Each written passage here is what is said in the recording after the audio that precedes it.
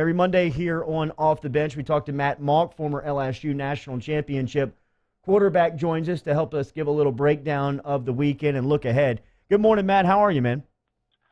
Hey, doing great. How about you guys? Doing good. Welcome back to the program. Joe Burrow over the weekend, big stat line for Burrow. The junior quarterback, 292 through the air, 3 touchdowns, and then on the ground, Matt, 9 carries, 96 yards for a score for LSU in their 45-16 win. What'd you make of the signal callers' performance on Saturday night?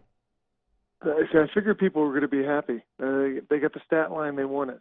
So I think it's been great. I think he's just gotten better and better every week, and I think their team has gotten better and better every week. So I was impressed. It was great. Look, a lot of people kind of talking about a comparison to you on the Florida game in 2002 with Burrow still being in the game late, and then that fourth quarter rushing touchdown where he sprints about 25 yards, gets shoved out of bounds late there. If everybody remembers back in 2002, you were running a quarterback keeper late in the game against Florida when it seemed like you guys had the victory secured, ended up breaking your foot and really changed the complexion of that season. You okay with starters being in the game late like that and still running plays down the field when they're up and kind of have victory in hand? Yeah, I mean, I can't remember. I didn't actually get to see that. Was that a called run, or did he just scramble on that? It was an RPO. I mean, it looked like a run pass option for him that he kept. Yeah, he pulled just a little zone read that he pulled and took off. He saw daylight. Yeah.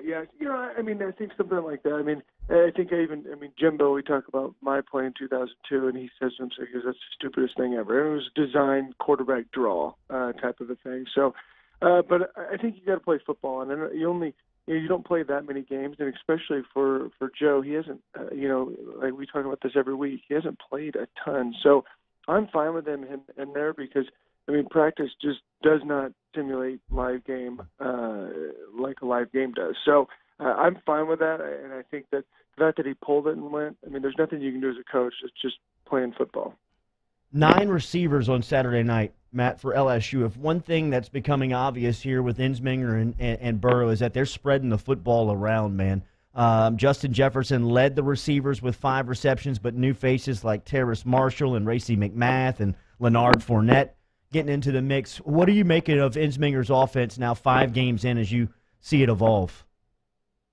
I think it's been great. I mean, I think he's done a perfect job of having a great mixture to where we can still run the ball, but we spread it out enough that it makes it difficult for teams to prepare for us. So, as you know, everybody knows this stretch is going to be what really determines how the season goes. But I think they've done, as a coaching staff, everything right up to this point.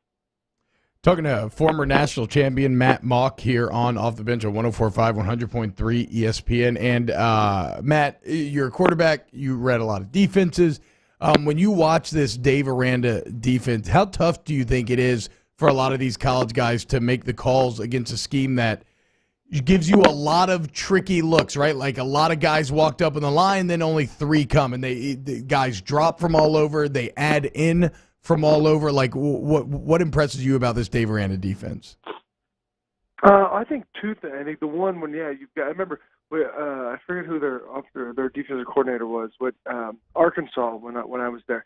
I mean, literally, they would have almost their whole team standing up, and then they would just rush 3 or they'd rush 7, and they would mix it up all the time, and it was really, really difficult to be able to determine for the line who they're blocking, and as a QB, knowing who's going to be a free release that if they came that you had to throw hot. So it made it very difficult. I think they aren't to that extreme, but they do a really nice job of mixing it up. I think the one thing for me is the difference between college and the NFL was the defensive back's ability to mix up coverage. And I think that's one thing they do really well. They disguise it. Sometimes it's cover 2, quarter, half, cover 6. I mean, they just do a bunch of different stuff. And at the college level, you're going to have success because there's not too many quarterbacks that are going to be able to read that. What do you make on the college level when you have a playmaker like Grant Delpit? I mean, a lot of people have seen Tyrann Mathieu change games on the defensive side of the ball. Delpit seems to have that instinctive quality where he can kind of see things before they happen. Yeah, it's amazing. I think when the Honey Badger was like every single time he was making a play, and sometimes he was just in the right spot at the right time, and that seems fitting for him as well. I mean, it's just uncanny ability to make big plays. Matt, so get the big win Saturday night against Ole Miss. You do exactly what you need to do against a bad defense. Now you have to go into the Swamp, and you're going to be playing a defense in Florida that looks to be the strength of that team. What makes it so hard to play in the Swamp?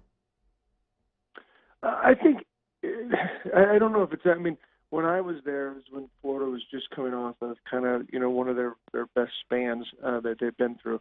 So I don't think it's any more difficult than playing. I mean, any road game in the SEC is tough. I mean, it really is. I think a lot of times it's just how excited your fan base is that kind of makes the difference.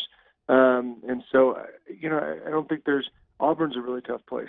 There's so many of them in the SEC. So I don't think we have to do anything different. I think the one thing this team has seen from the outside is they just kind of one play at a time, one game at a time. And hopefully they take the same approach this week. And when you look at this LSU offensive line, they've been a bit they've actually, I think they've done an excellent job of playing over their head, given all the personnel turnover. I think that James Craig has done a stupendous job, but there's still an offensive line that talent-wise maybe is susceptible to getting beat. Like from a game plan standpoint, if you think that their D-line can beat you one-on-one, how do you look to protect against that? Well, there's a lot of different things you can do. Whether you slide blocking or a lot of times you'll implement more play action stuff. You can keep a tight end a little bit more to kind of help out. So there's all kinds of things that you can do. And I think this coaching staff has done a unbelievable job of being able to vary things up just enough depending on who we play. Matt Mauck, 2003 National Championship quarterback, joins us every Monday morning here on Off the Bench. All right, Matty, you guys got Patrick Mahomes in town tonight. We're going to talk about what side we like on Monday Night Football, whether we like KC or can Denver's defense stymie this Mahomes attack. 13 touchdown passes in the first couple of weeks of the season. How do you guys feel up in Denver with the Broncos and the chances to stop this offensive attack led by Andy Reid Mahomes? I don't think you can go the whole year without an interception. So I think tonight's his night. He's going to fall back down to earth a little bit. So I think Denver has a chance. I think Kansas City's really good, but I think we have a chance. And just like I feel like Tiger Stadium is a huge home field advantage. The elevation here really makes a difference. And so Denver's a tough place to play for road teams. Yeah, everybody's very high up there in Denver. Exactly. Yeah. So I'm so happy when I come on here with you guys.